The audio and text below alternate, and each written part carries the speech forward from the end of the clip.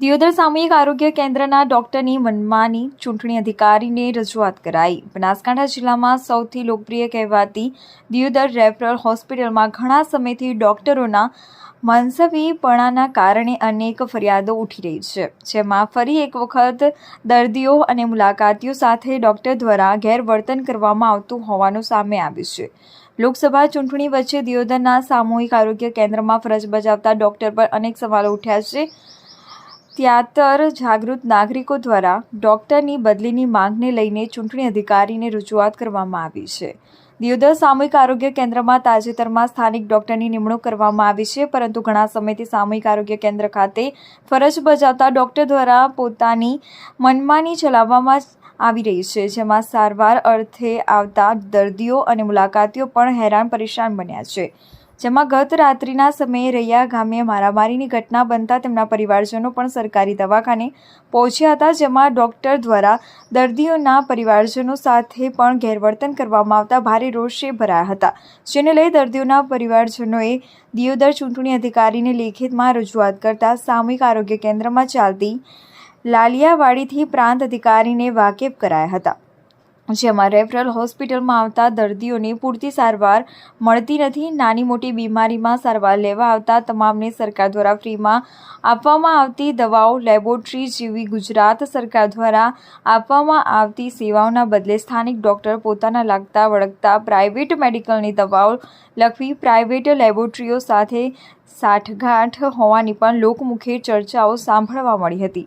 જો જિલ્લાના જાબાજ આરોગ્ય અધિકારી આ બાબતે તટસ્થ તપાસ કરે તો આ તમામ લાલિયાવાડી ચલાવતા ડોક્ટરની પોલ ખુલે તેવી ગ્રામ વિસ્તારની જનતા માંગ થઈ રહી છે।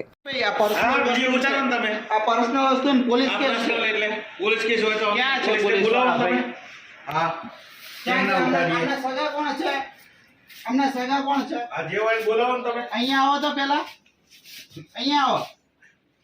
એવી તો કઈ ગણાય છે? આ કોણ છે? આ સગા છે? ના ના સગા નથી, મીડિયા વાળા છીએ અમે। મીડિયા વાળા છે ને તો એમને વાત કરો।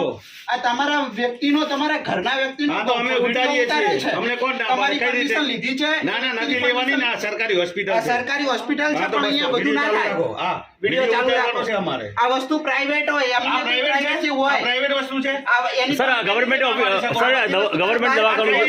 હેલો સર, આ ગવર્નમેન્ટ દવાખાનું છે કે પ્રાઇવેટ છે? અમે તમને કહી દઈએ એટલે આપણા રૂલ્સમાં કેવું આવે છે વિડિયો ના ઉતારી શકાય એવું કોઈ ખરું? જ્યાં સુધી મારામાં એડમિટ છે ને, મારી સારવાર ચાલશે ને ત્યાં સુધી કોઈ વચ્ચે અત્યારે આ સારવાર ચાલુ છે? હા ચાલુ છે ને, બાટલા ચાલુ નથી। તમે પેશન્ટ એકલું જ છે? પેશન્ટ ને કેવી રીતે ના પાડી શકો? કોણ કહે છે એકલું છે? અત્યારે પછી અહીંયા બધું છે, બાટલો ને બધું ચાલુ છે। તો અમે આ પોલીસ વાળા યાર અમને બહાર લઈ જાવ ને, એમ ના થાય ને। બહાર લઈ જાવ, અમને કેવી રીતે અટકાવી શકો? અમને કેવી રીતે અટકાવી શકો? રેકોર્ડિંગ બંધ કરાવો। અમને કેવી રીતે અટકાવી શકો? બહાર કરો નહીં તમે એમ નહીં, અમને અટકાવી કેવી રીતે શકો? અમને કેવી રીતે અટકાવી શકો? ના ના ના ના ના પણ આઈએ પણ એમ નહીં સાહેબ, તમે સમજાવો પણ શું છે ઘટના બને છે શું છે? ભાઈ તમે વિડિયો ચાલુ જ રાખો। કઈ રીતે કહી શકે ડોક્ટર? ના ના એમ નહીં, આ ડોક્ટર અમને અટકાવી શકો કઈ રીતે? અમે પણ કેવી રીતે અટકાવી શકો? પણ કેવી રીતે અટકાવી શકો મને કોણ? પણ કેવી રીતે અટકાવી શકો? અટકાવી શેની પરમિશન લેવાની? આમાં પણ આમાં શેની પરમિશન લેવાની હોય? હેલો સર, આમાં પરમિશન શેની હોય મને કોણ?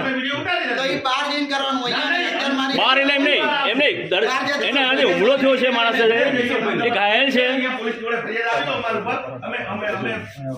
રૂલ્સ બતાવો તો રૂલ્સ એમને પણ ફોલો થાય ને ખરેખર। અમને પણ પોલીસ પણ અમને અટકાવીને લઈ જવા માંગે। મીડિયાને હા હવે ચાલુ છે અને હોસ્પિટલ પણ બંધ કરી દેવામાં આવી છે। મીડિયા ક્યારે કવરેજ કરે છે, કોઈ દુર્ઘટના બને છે તો પોલીસ પણ અમને અટકાવવાની કશું છે તો પણ અમે ક્યાં અટકાવીએ છીએ? અમે ક્યાં સારવારને અટકાવી? બાટલો ચાલે છે એનો દવા પટ્ટી ચાલુ છે અને બાટલા ચાલે છે એના, તો અમારે ફાઇલ વિજુલ તમે લેવાઈ શકો ને? ઘટનાના શું છે? અમે કોઈ ખોટું ચલાવ્યું કહો? ડોક્ટર સાહેબ અત્યારે સારવાર કરી રહ્યા છે એટલે એમને કરવા દઈએ। એ તો અમે સમજીએ છીએ, અમે એ સમજીએ છીએ કે જ્યારે ઘટના બનતી હોય સાહેબ કરી રહ્યા છે સારવાર। ના અમે એવું